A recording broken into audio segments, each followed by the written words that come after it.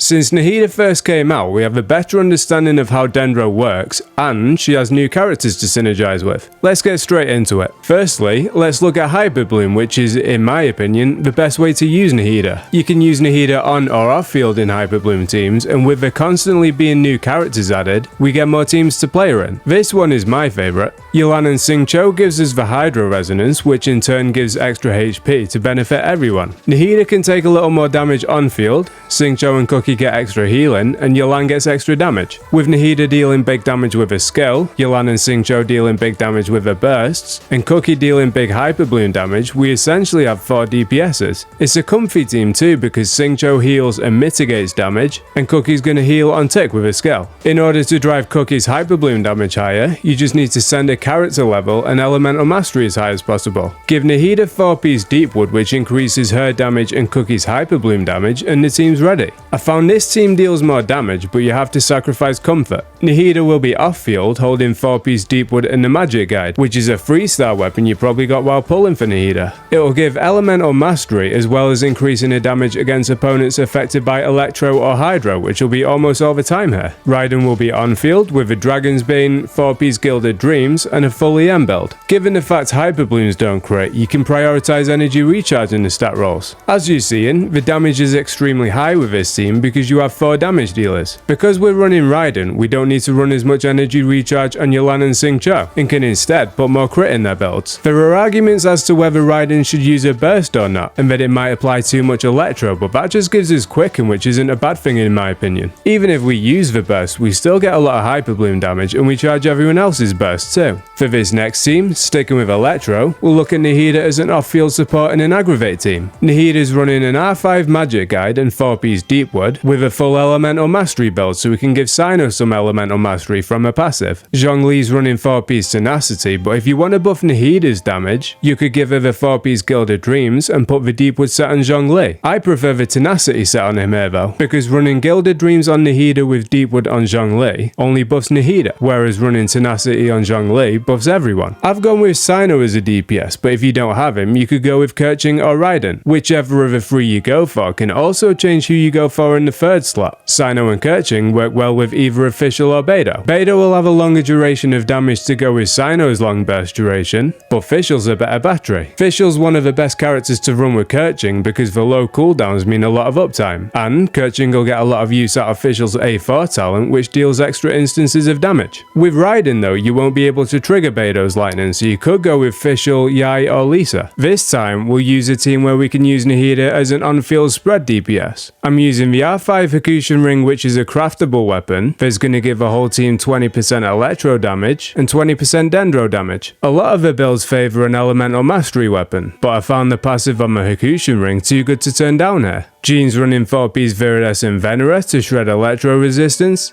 and Lisa's holding 4-piece Deepwood to shred Dendro resistance. Obviously it doesn't benefit Lisa, but she's here purely as a support anyway for Defense Shred, Electro Resonance, Thrilling Tales for Official, and double Electro to make use of Nahida's burst. One thing people overlook, using Nahida's burst while running double Electro in the team will reduce the trigger intervals on a skill, meaning you can get more damage from it. The idea of the team is to drive Nahida and Official's damage higher, so giving Lisa the 4-piece Deepwood set allows us to use 4-piece Gilded Dreams on Nahida. Seeing as though we're using Nahida as the spread DPS here, I felt it was better to sacrifice a bit of damage on Lisa rather than sacrificing damage on Nahida, giving Lisa the Thrilling Tales but Official's damage too. And while that reduced Lisa's damage even more, the Quicken Aura on the enemy and Electro Shred from Jean will bring it up a little bit. If you prefer not to use Lisa, you could use Beidou and stick the 4-piece Deepwood on Nahida. It's also worth mentioning that if you want the Dendro Resonance, you could bring Yao Yao instead of Jean. She can use 4-piece Deepwood so Nahida can keep using the Gilded Dream set. Switching it up and going with a different element, let's look at some Bloom teams. While you don't need Nilou, and I'll show you an alternative in a minute, Nilou being a Bloom specialist will get the most out of Nahida if you wanted to run a Bloom team. Seeing as though we get Yao Yao once a year from Lantern, right? And she works well here at C0, I've gone with her as the healer. I don't think a Dendro application is great in single target situations,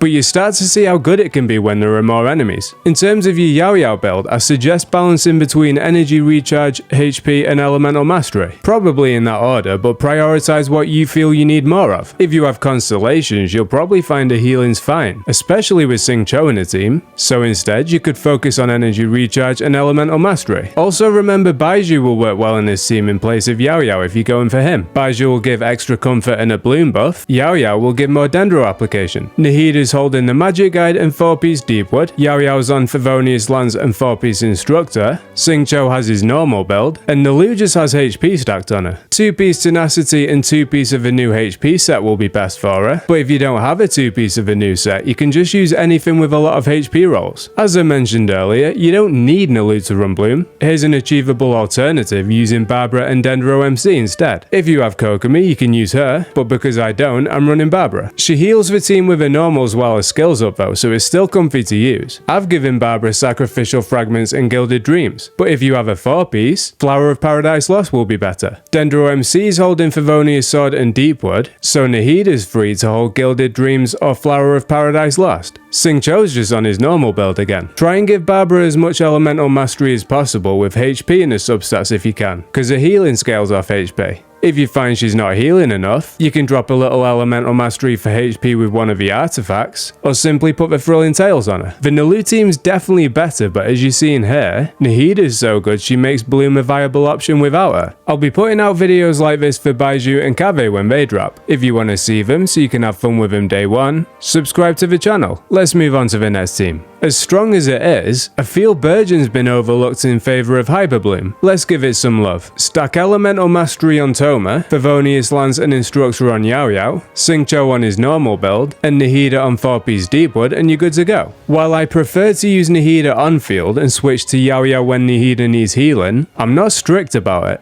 If Yao Yao's on field, that means she's proccing the Favonius Lance passive more often. If Nahida's on field, you're getting more Bloom Seeds. There are benefits to both, so I just play freely and let the situation dictate my playstyle. Team needs energy? Use Yao Yao. Team needs damage? Use Nahida. Even though Burgeon deals damage to yourself, it's a comfy team because Xingqiu heals for a little and mitigates a little damage, Toma gives a shield, and Yao Yao has very good team-wide healing with a burst. It's a good team against elemental shields too because you're applying 3 different elements so you have a lot of coverage. I definitely recommend this one if you've grown bored of using Hyperbloom as a crutch. Burning teams became a lot more viable with the introduction of Nahida. Pyro eats up the Dendro aura on enemies to create burning, so in order to sustain it, you need constant Dendro application. Seeing as though Nahida applies more Dendro than anyone else, she's going to be the best character to use in burning teams. Burning also deals damage to yourself, so having 2 healers like we have here with Bennett and Yao Yao helps. Yao Yao also gives us a bit of extra Dendro application, as well as particles from a Favonius Lance. I'm running Bennett on 4-piece Instructor to give his team elemental mastery, because the attack from Noblesse won't do anything for these characters, and he's using Favonius Sword to give the team more energy. I still don't think burning is meta, and people mainly use it to put a constant pyro aura on the enemy, to use in reverse melt teams, but if you're interested in a challenge and a playstyle different to what you used to play in, I think you should give it a go. Cryo can't interact with Dendro, but there are ways you can use them together by throwing in an element they both work with. In this case, we'll use Hydro to make what people call a fridge team. The freeze reaction, as well as Xingqiu's healing and damage mitigation, means you don't need a healer. But if you find you're still taking a lot of damage, you can take Kazuha out for a defensive unit like Layla, Yao Yao, Diona, Jean, or Kokomi. Depending on who you bring, you can give a team an elemental resonance. Cryo resonance will give a team crit rate,